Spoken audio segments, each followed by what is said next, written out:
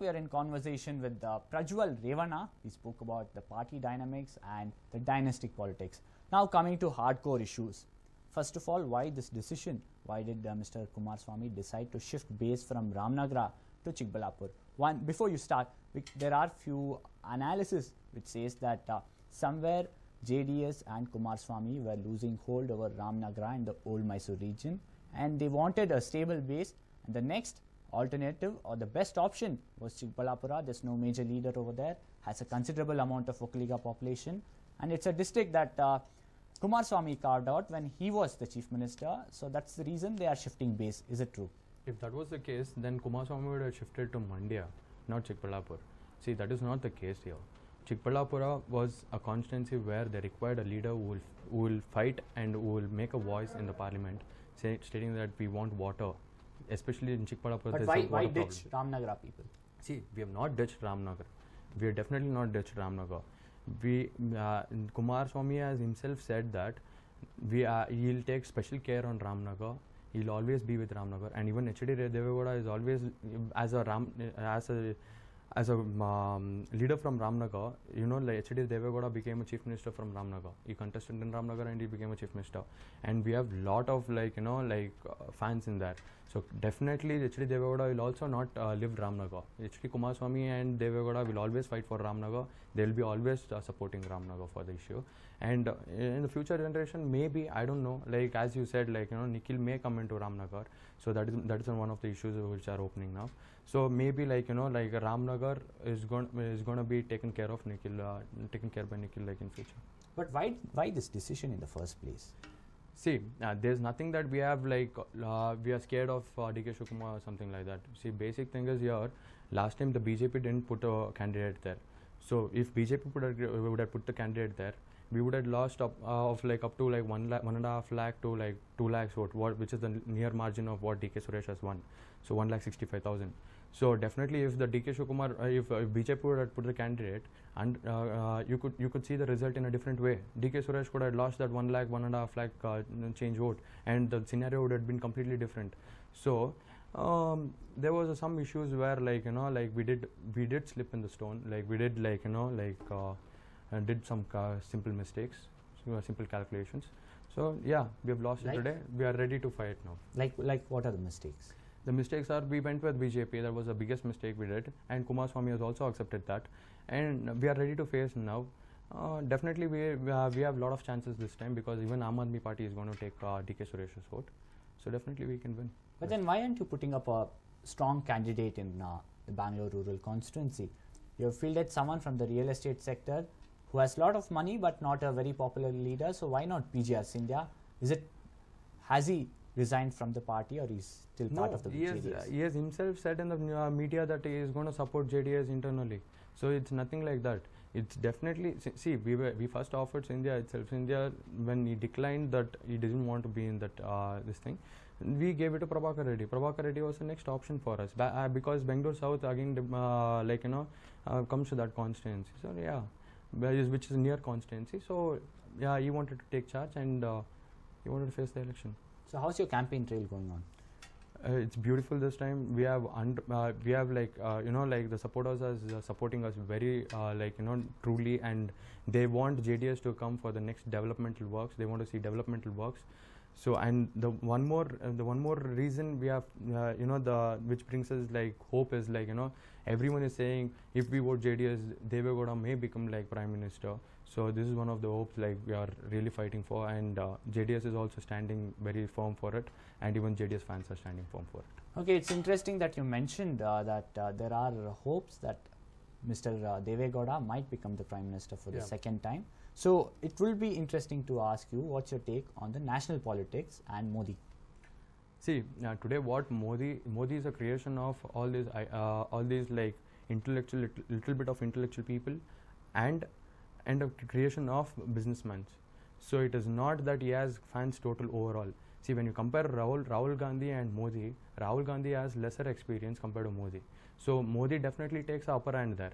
So when it comes to third front, as I said in another interview, when you compare GDP values, when you compare that, Modi said that we are the growth engine of the India.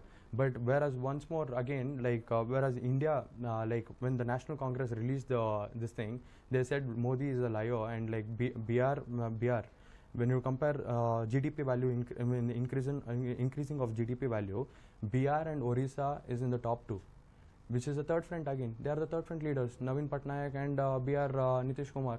So who is doing a better work than Modi? Modi is in the last place. Where's the third front? You have the CPIM, which has fielded a candidate against Kumaraswamy in Chikballapura. There's no seat sharing in Karnataka. See, when it comes to fight, either they win or we win. It's still third front as alliance together. But when it comes to fight, it's going to be definitely fight. We're going to fight in their constituency also. If we had this thing, strength completely. Yeah. Also, what was this controversy? I remember during last election about Javare Gowda and the Belur constituency. He was upset that you made a few comments in the constituency. So, what was the whole issue? I think you should be asking Belur. I think you should not be asking Prajwal Revanna about this question. I think you should be asking the people of Belur. What was Javare Gowda and why the Javare Gowda was quit from the party? You should completely ask the people of Belur, because people had seen us resign and a regime, and they had seen his capability, and they had seen his loopholes, they had seen his corruptions in Belur. So that is the main reason we went to 28,000 last time. Before last time, the Belur constituency took a very bad hit from Congress and BJP, whereas BJP came in the second place and Congress came in the first place, when there was a whole rumor spread that JDS is a strong belt, Asan is a strong belt of JDS, even though we went to the third place. That is because of Javare Gowda, no one else. We are ready to fight for the questions what he faces. See, the basic instinct was here, he wanted to just be a MLA candidate there. He didn't want to win there. He just wanted to be a candidate. He wanted to be pleaded as candidate, and he wanted to continue his corruption there. As because Congress, Rudresh Gowda is not strong enough to fight against Javare Gowda, he wanted to just stay as a candidate and he wanted to do corruptions, using the power of JDS in the whole Asan district. That is the main reason here, and that is the issue I brought it to Deve Gowda, and we didn't take any action. He himself took an action and he left the party. Also, coming to the family now, there are various kinds of rumors that go around about a political family. Especially in your family, it's said that your mom, Bhavani Revanna, has a lot of clout in the family, and her say is the final word on things. So it's told that she wanted to contest, but it was refused, a ticket was refused for her. So why didn't she contest this time round? See, as I told you earlier, Deve Gowda had promised and had put a word. He didn't promise, he put a word to the people of Karnataka, saying that my family members will not contest at this time, I'll be the lone contester. He said it on the national media. So he wanted to keep up this word, so definitely he kept up his word by doing that. So it doesn't depend okay, people say Bhavani Revanna should be a candidate. That doesn't mean we can't lose our words, because Deve Gowda is a man of words. He has always kept up his word for doing something. So we definitely ensured that we'll keep up our word, and we'll face this election truly. We'll give it to some Aam Aadmi like Puttaraj and here in Bangalore rural we have given to Prabhakar Reddy. Why not in Chikballapura? See, Chikballapura. See, that is what I was talking about. Chikballapura is a different scenario, because the people wanted them saying that, see, there are major issues in Chikballapura, like water issues, which is the major issue, like Shashwata Nira Yojana, which is the major issues.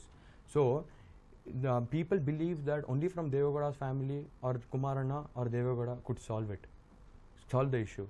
So that is why they have a lot of hopes on Kumaraswamy, and that which we have a lot of responsibility for tomorrow. If we win that state, if we win that constituency, we have a lot of hope, we have a lot of responsibility on ourselves. We have to fight for it. We will fight for it. We will make voice in the parliament. So this is the main reason Chikballapura is being supported by Kumaraswamy.